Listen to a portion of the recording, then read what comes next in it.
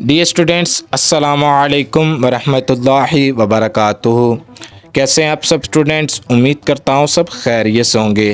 तो अच्छा भी स्टूडेंट्स, आज आपके साथ 11वीं जमात उर्दू गेस्ट पेपर सन 2025 plus important paper pattern and important pairing scheme जो कि मैं आपके साथ शेयर करने जा रहा हूँ।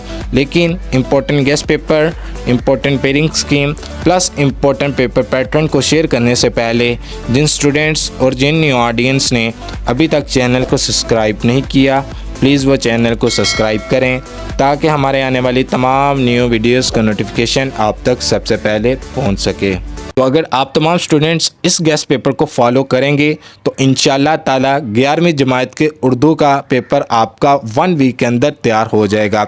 आप 1 वीक के अंदर मुकम्मल किताब की तैयारी कर लेंगे उर्दू की। तो अगर आप इस गेस्ट पेपर को फॉलो करेंगे और इंशाल्लाह ताला आपको इसी पेयरिंग स्कीम और इसी पेपर पैटर्न के ज़रिए सन 2025 के अंदर 11वीं जमात उर्दू का पेपर आएगा। तो आप तमाम स्टूडेंट्स ने साथ साथ गेस्ट पेपर, पेयरिंग स्कीम और इम्पोर्टेंट पेपर पैटर्न का स्क्रीनशॉट लेते चले जाना है और आपने पेपर पैटर्न को भी फॉलो करना है। पेपर के पॉइंट ऑफ व्यू से सवाल नंबर 1 आपको एमसीक्यूज़ का आएगा। आपको उर्दू के अंदर 20 मार्क्स के एमसीक्यूज़ आएंगे और एमसीक्यूज़ बोनस होंगे। जस्ट आपने पास बोर्ड पेपर वाले एमसीक्यूज़ कर लेने हैं। इंशाल्लाह ताला आपको उन्हीं एमसीक्यूज़ में से आपके 20 मार्क्स के एमसीक्यूज़ अटैम्प्ट हो जाएंगे। सवाल नंबर 2 आपको नज़म के इशार की तशरीहात के ऊपर आएगा। 3 अशार आएंगे जिनकी आपने तशरीहात करनी होंगी। तो आप तमाम स्टूडेंट्स ने इन नज़म्स को नोट कर लेना है और इन 6 नज़म्स की आपने इशार की तशरीहात को अच्छे तरीके से प्रिपेयर कर लेना है।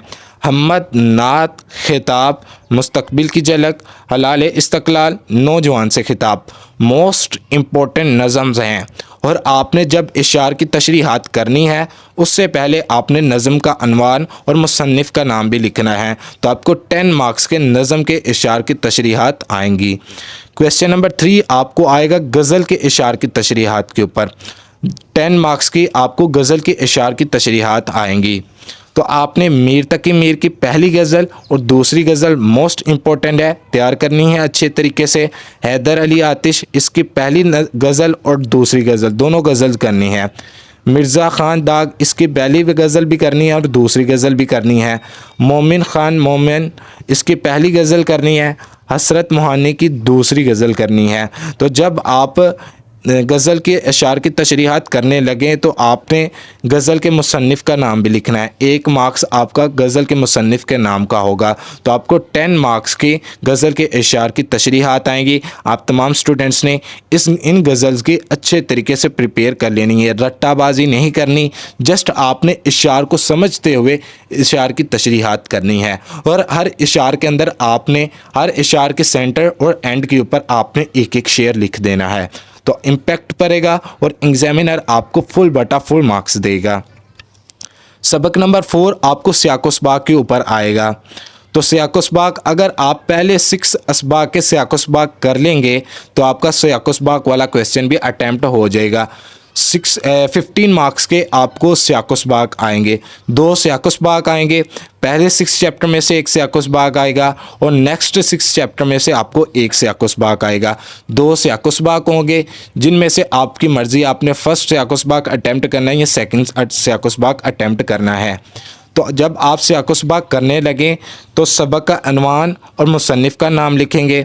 सबक के अनवान का 1 मार्क्स होगा और मुसन्निफ़ के नाम का 1 मार्क्स होगा। और सियाक़ इसबाक़ आपने कुछ सबक का शुरू वाला हिस्सा लिखना है, कुछ सेंटर वाला हिस्सा लिखना है और कुछ आखिर वाला हिस्सा लिख लेना है। सियाक़ इसबाक़ का आपने 5 से 6 लाइनों के अंदर सियाक़ इसबाक़ लिखना है। आपको 3 मार्क्स का सियाक़ इसबाक़ होगा और 10 मार्क्स की आपकी तशरीह होगी। तो आपको सियाक़ इसबाक़ वाला क्वेश्चन 15 मार्क्स का आएगा। 2 सियाक़ इसबाक़ होंगे जिनमें से आपने कोई एक सियाक़ इसबाक़ अटैम्प्ट करना है। तो आप तमाम स्टूडेंट्स ने पहले 6 असबाक़ के सियाक़ इसबाक़ को अच्छे तरीके से प्रिपेयर कर लेना है। क्वेश्चन नंबर 5 आपको आएगा सबक का खुलासा लिखिए और मुसन्नफ़ का नाम लिखिए। अगर आप पहले 6 असबाक के खुलासा जात कर लेंगे तो आपका सियाक़ व सबाक़ वाला भी क्वेश्चन अटैम्प्ट हो जाएगा। उसके बाद आपके 10 मार्क्स का खुलासा भी अटैम्प्ट हो जाएगा अगर आप 6 असबाक के खुलासा जात करते हैं। इसके बाद क्वेश्चन नंबर 6 आपको आएगा नज़म का खुलासा। अगर आप नज़म का खुलासा अटैम्प्ट करना चाहते हैं 5 मार्क्स का आपको नज़म का खुलासा आएगा और इसके अंदर चॉइस नहीं होती नज़म के खुलासे के अंदर, और ना ही आपने इधर मुसन्निफ़ का नाम लिखना होता है। अगर है तो आपने पहले 9 नज़मों के खुलासा जात को अच्छे तरीके से प्रिपेयर कर लेना है।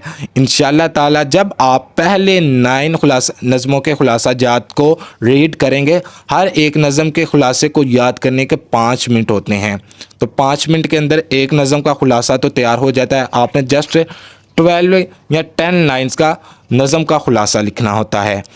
क्वेश्चन नंबर 7 आपको आएगा मुकालमा और रुदात के ऊपर।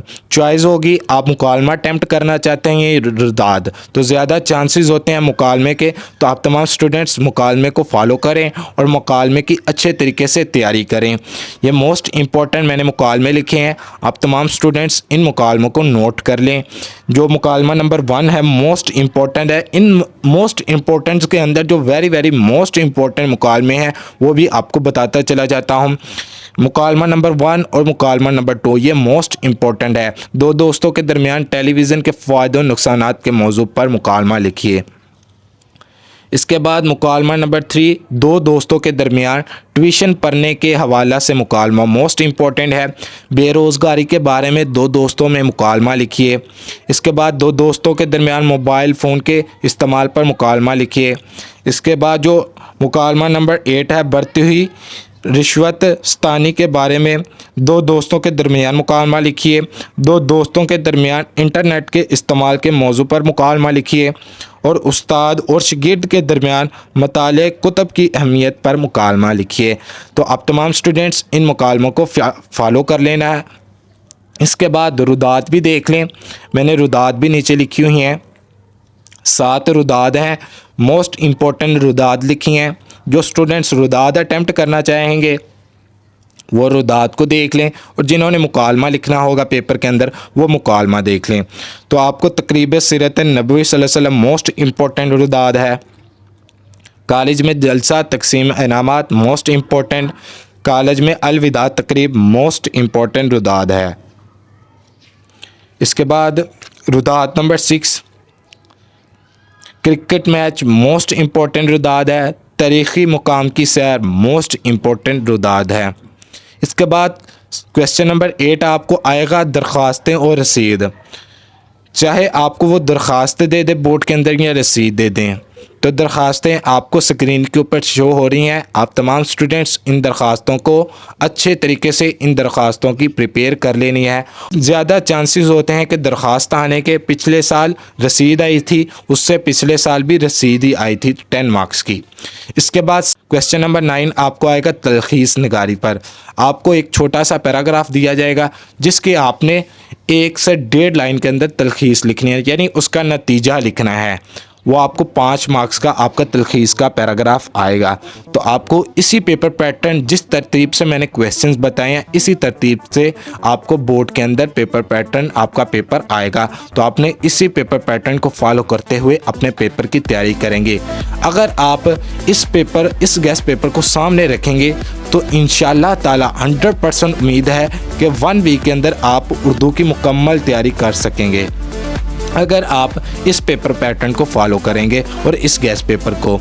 तो ओके भी बच्चों, अल्लाह हाफिज़। मिलते हैं नेक्स्ट वीडियो में। चैनल को सब्सक्राइब करना, वीडियो को शेयर करना, लाइक करना, कमेंट करना मत भूलिएगा। और कमेंट में ये बताइएगा किन स्टूडेंट्स ने इस गेस्ट पेपर को फॉलो करते हुए अपने पेपर की तैयारी स्टार्ट कर दी है। और कमेंट सेक्शन में ये भी बताइएगा कि तलखीस निगारी आप तमाम स्टूडेंट्स को नहीं पता कि तलखीस निगारी क्या होती है। अगर तमाम स्टूडेंट्स वोट ज़्यादा हुए तलखीस निगारी के, सर हमें तलखीस निगारी के ऊपर बताएं कि तलखीस निगारी कैसे लिखी जाती है, तो फिर मैं आपको एक वीडियो तलखीस निगारी और इशार की तशरीहात के ऊपर भी बनाकर भेजूंगा। तो जिस तरीके से तलखीस निगारी का तरीका बताऊंगा उसी तरीके से आपने तलखीस निगारी करनी है और इशार की तशरीहात भी करनी है। तो कभी बच्चों, अल्लाह हाफिज़।